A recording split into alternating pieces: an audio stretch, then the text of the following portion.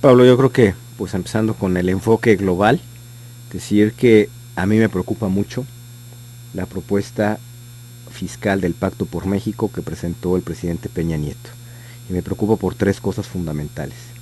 Una, porque no es una propuesta que vaya a alentar la generación de empleo en México. Dos, porque no es una propuesta que apoye a las familias a construir un patrimonio. Y tercero, porque pone en riesgo la estabilidad económica del país que tanto sacrificio y tanto trabajo nos ha costado construir. Y si quieres ahorita profundizamos en cada uno de los temas. Por supuesto. Pero bueno, sí, yo tengo preocupaciones serias. Así lo hice saber pues casi al día siguiente de la presentación de esta propuesta. Pues manifesté mi posición públicamente de por qué estaba en desacuerdo esta propuesta. Y más que en desacuerdo, por qué me preocupa esto. O sea, esta, Pablo, no es una reforma que parezca, que mira, que todas las reformas son importantes y etcétera, pero algo que parezca lejano a los mexicanos, una reforma en telecomunicaciones y que digas, no, bueno, es que con esto vamos a tener es una reforma una más cadena lejana al adicional bolsillo, de televisión, ¿no? Y con esto, mira, que va a haber un acceso equitativo a los medios. No, aquí estamos hablando del bolsillo de los del mexicanos, ingreso, ¿no? Que lleva un padre de familia a su casa y a su bolsa y a su mesa. Estamos hablando de poder mandar a los hijos a una escuela, a la escuela de la elección del padre de familia, y que ahora no lo va a poder hacer porque las colegiaturas van a subir 16% con el IVA que el gobierno está proponiendo cobrarnos. Estás hablando de un padre de familia que con mucho esfuerzo están formando un patrimonio, están comprando una casa a plazos, una hipoteca, y también ahora los intereses va a tener que pagar 16% sobre esos intereses. O que están rentando un inmueble porque ni siquiera tienen para comprar una casa. Y que ¿no? vas a tener que pagarle IVA por el arrendamiento de esa casa. Estás hablando de que afecta a sectores productivos muy importantes del país. Aquí en el mismo estado de Jalisco, en el estado de Jalisco, donde pues hay una industria manufacturera, una industria maquiladora, una industria con alto componente tecnológico, pues se van a ver seriamente afectados con por el las IVA disposiciones en las fiscales que tiene, sí, claro. Por las importaciones temporales. Las importaciones temporales, ahora vas a tener que pagarles IVA. Y mira, estaba viendo recientemente los datos de generación de empleo en Jalisco. Es la primera vez, probablemente en la historia o en muchos años, que el desempleo en el estado de Jalisco es superior a la media nacional. Yo no recuerdo haber visto. Antes Jalisco era un motor de crecimiento económico. Jalisco jalaba al resto del país. Jalisco era de los lugares que había que cuidar porque Jalisco generaba el crecimiento económico para todo el país. Y ahora es al revés. Jalisco está dejando de generar empleo a un ritmo mayor que el resto del país. Entonces, esto durante este año. Durante este año, sí. Y mira, si quieres, yo creo que es importante mencionarlo, pero pues ahora sí que me disculpe el anuncio los que me escuchan, pero cuando gobernaba el PAN Jalisco, pues era un motor de crecimiento económico para todo el país. Ahora las cosas han cambiado. Entonces, mira, en un escenario tan complicado, tú no puedes generar una reforma fiscal que lo que haga sea desalentar la generación de empleo. ¿Es recesiva, Ernesto, esta propuesta de reforma hacendaria?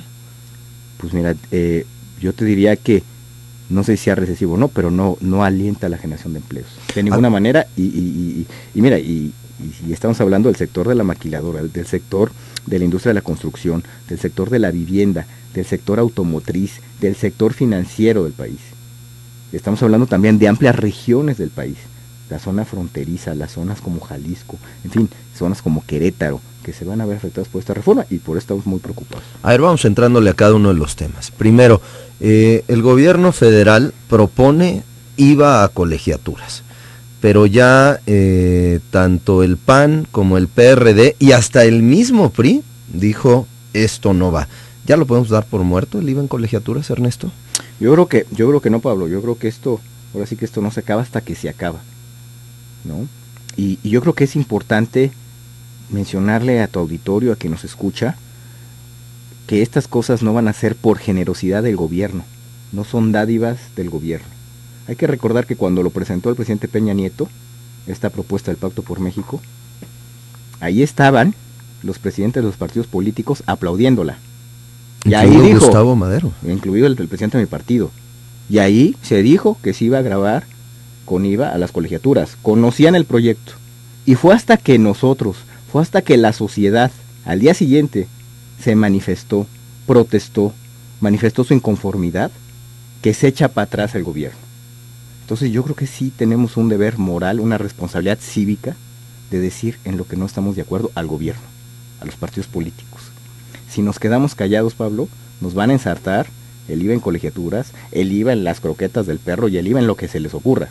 Entonces yo creo que sí es muy importante, Pablo, poner una posición clara y seguir, y no dar por sentado que el IVA en colegiaturas se va a conceder como una graciosa obsequio del gobierno. No, esta debe ser una conquista de la sociedad, donde establezcamos con toda claridad que no estamos de acuerdo en esto y en muchas otras cosas.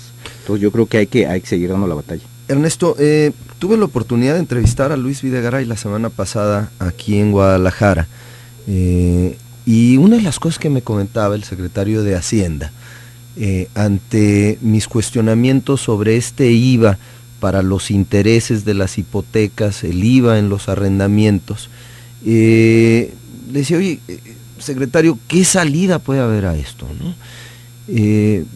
Y le preguntaba yo si alguna de estas posibilidades podría ser diferenciar el cobro de los mismos. El sector inmobiliario en el país está pasando por una crisis profundísima. Sabemos que las principales empresas de vivienda en el país, si no están tronadas, están cerquita de hacerlo, de entrar en un proceso de bancarrota. Y esta propuesta hacendaria, bueno, pues lo único que hace es hundirlas aún más, Ernesto. Ahora, el secretario de Hacienda me deslizaba la posibilidad de que probablemente la situación sería establecer un límite. Por ejemplo, decir, para viviendas de $1,000,000 para arriba, sí estarán grabadas, y me refiero al IVA de los intereses en las hipotecas, y me refiero también a los arrendamientos. De 1,000,000 hacia abajo, quedarían exentas. ¿Cómo ves esta posibilidad que deslizó el secretario de Hacienda? Mira, yo creo que pues el secretario de Hacienda tiene que ponerse muy creativo y tiene que construir un proyecto diferente al que enviaron al Congreso. Y tiene que encontrar salidas como la que tú mencionas. Desde luego que no puedes afectar a familias que con mucho esfuerzo están conformando un patrimonio. Y que no estamos hablando de ingresos muy modestos que familias están adquiriendo con mucho esfuerzo un departamento que están rentando, y de la noche a la mañana les disminuyes en 16% su ingreso. ¿Qué es esto? Porque estas familias, parte muy importante de su gasto es la renta o lo que pagan de una mensualidad de una hipoteca. Entonces sí habrá que encontrar salidas, habrá que elevar los topes, habrá que regresar al tema de las deducciones personales, ¿no? Porque no nada más es el tema de los intereses, está el tema de las deducciones personales. Que se disminuyen, que se disminuyen de manera dramática tus gastos médicos, tus gastos funerarios, tus gastos del dentista, las colegiaturas. Y Pablo, yo creo que sí es bien importante el tema de las colegiaturas, que fue una conquista de los padres de familia. Los padres de familia, yo me acuerdo, siempre habían luchado porque las colegiaturas fueran deducibles. Y ahora, pues no solo pues van a dejar de ser deducibles. ¿Esto inició cuando tú eras secretario de Hacienda? Es correcto. Mi tío sí me tocó tomar la decisión de hacer deducibles las colegiaturas por instrucción del presidente Calderón, pero tampoco puedo decir que fue un logro mío, fue escuchar a los padres de familia con una añejísima petición que yo creo que era justa y que es justa, que pudieran ser deducibles las colegiaturas. Si el Estado no está en condiciones de dar un servicio educativo de calidad a los padres de familia, pues al menos que tengan ciertas facilidades para que el padre pueda tomar la decisión de a qué escuela quiere mandar a sus hijos. Bueno, pues ahora van a pagar IVA las colegiaturas. Y además van a poder deducir menos en las colegiaturas que paguen, porque claro, efectivamente están limitados la deducibilidad. Está topado al 10% de tus ingresos. Entonces, bueno, pues eso es un tope enorme. Entonces, no nomás es el tema de los intereses en las hipotecas, es el tema de la deducibilidad, es el tema del IVA en la colegiatura. Son una bola de cosas, Pablo, que sí la autoridad tiene que reflexionar, tiene que escuchar a la sociedad de por qué no es una buena propuesta. Y es nuestra responsabilidad también alzar la voz y decir en qué no estamos de acuerdo, pues porque, bueno, también es responsabilidad nuestra, Al que no habla, Dios no lo oye. Ahora, ¿en qué sí estarían de acuerdo? Hay cuestiones que diría yo son positivas de esta propuesta de reforma. Por ejemplo, y te lo digo como empresario, Ernesto, la desaparición del IETU y del IDE. Creo que son cuestiones positivas que también hay que ponderar. ¿Esto lo ven con buenos ojos en el PAN, la desaparición del IETU, el impuesto empresarial a tasa única? El IETU es un impuesto de control sobre el impuesto sobre la renta. Antes, pues no se pagaba impuesto sobre la renta, o muchas empresas, cerca del 50% de las empresas que deberían de pagar impuesto sobre la renta no lo pagaban. ¿Cuándo es cuando empieza a pagarse el impuesto sobre la renta? ¿Qué quiere decir esto?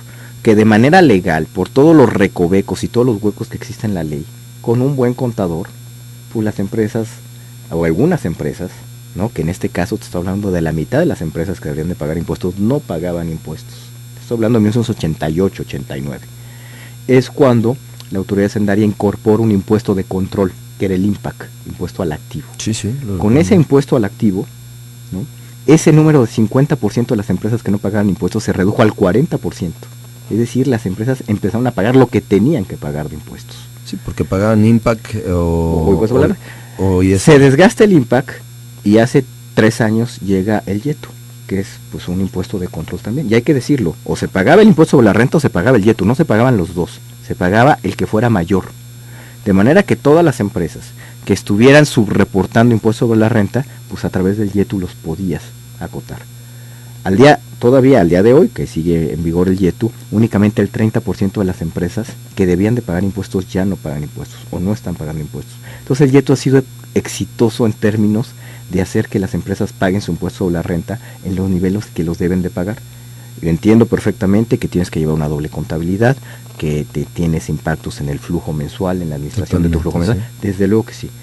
Pero Pablo, no hay sistema tributario que sea sencillo en el mundo, lamentablemente. En todo el mundo, lamentablemente pagar impuestos es algo que nos duele en nuestro bolsillo, que por eso exigimos que tengamos servicios públicos de calidad, pero tampoco es sencillo el tema normativo de los impuestos. Entonces yo te diría que en el tema del YETU, y también recordar, antes de que hubiera estos impuestos de control, las tasas del impuesto sobre la renta eran del 60% sobre las personas morales.